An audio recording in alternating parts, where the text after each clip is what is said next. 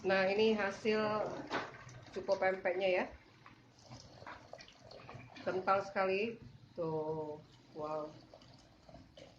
Nah, ini Pak Heri yang hari ini belajar bikin cuko. Gimana Pak bikin cuko pempek Palembang? Mudah Mudah sekali ya. sekali, gampang.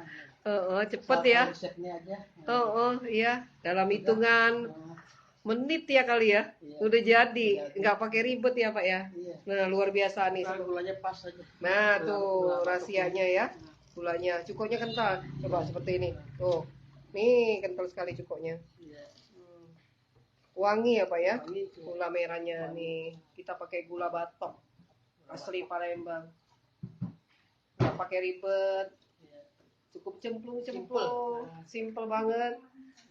Jadi banyak lagi ini.